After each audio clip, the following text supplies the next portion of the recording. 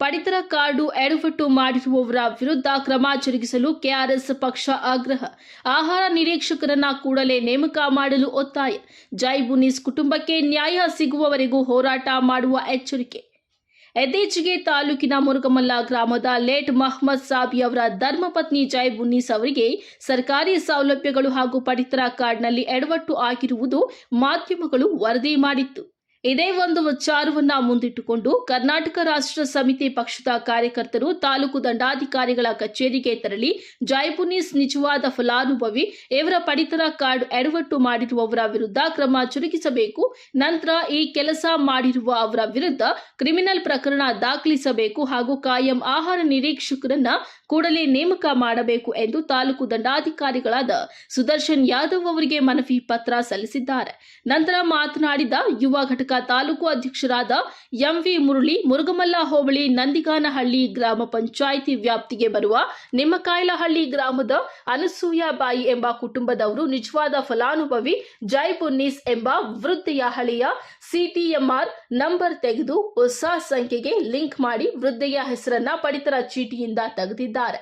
ಈ ಕೆಲಸ ನಡೆದು ಈಗಾಗಲೇ ಸುಮಾರು 1.5 ವರ್ಷಗಳಾಗಿದ್ದು, ಅಂದಿನಿಂದಲೂ ವೃದ್ಧೆಗೆ ಬರುತ್ತಿದ್ದ ದವಸ ಧಾನ್ಯ ಸ್ಥಳೀಯ ಪಡಿತರ ಡಿಪೋದಿಂದ ಸಿಗುತ್ತಿರಲಿಲ್ಲ.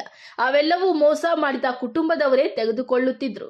ವೃದ್ಧೆಗೆ ಮೋಸ ಮಾಡಿ ಬೇರೆ ಕುಟುಂಬದವರು ಸರ್ಕಾರಿ ಸೌಲಭ್ಯಗಳನ್ನು ಪಡೆದುಕೊಳ್ಳುವುದಲ್ಲದೆ ಗೃಹಲಕ್ಷ್ಮಿ ಯೋಜನೆಯಿಂದ ಸುಮಾರು 22,000 ರು ಹಣ ಪಡೆದಿದ್ದಲ್ಲದೆ ಗೃಹ ಜ್ಯೋತಿ ಹಾಗೂ ಸರ್ಕಾರದ ವಿವಿಧ ಸೌಲಭ್ಯಗಳು ಪಡೆದಿದ್ದಾರೆ.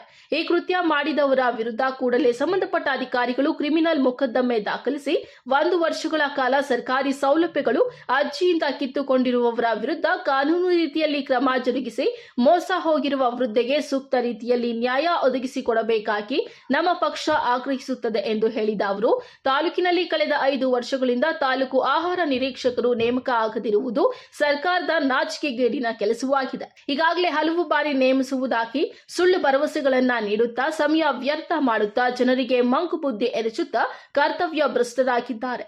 ಈಗಿರುವ ಪ್ರಭಾರಿ ಆಹಾರ ನಿರೀಕ್ಷಕರ ಕೆಲಸ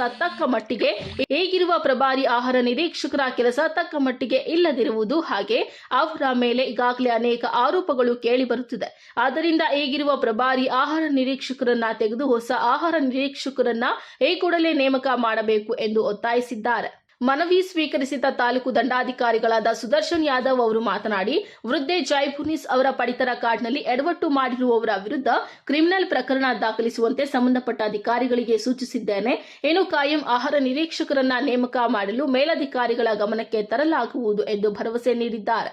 ಈ ವೇಳೆ ತಾಲೂಕು ಅಧ್ಯಕ್ಷರಾದ ಅಬ್ದುಲ್ ಕಯೂಂ, ಕಾರ್ಯದರ್ಶಿ ವಿಶ್ವನಾಥ್, ನಗರ ಘಟಕದ ಅಧ್ಯಕ್ಷ ನಾಗರಾಜ್, ಆಟೋ ಘಟಕ ಅಧ್ಯಕ್ಷ ಮೆಹಬೂಬ್ ಪಾಷಾ, ಯುವ ಘಟಕದ ಪ್ರಧಾನ ಕಾರ್ಯದರ್ಶಿ ಸುನಿಲ್, ಜಮೀರ್ ಪಾಷಾ, ಸುಬಾನ್ ಮುಂತಾದವರು ಇದ್ದರು.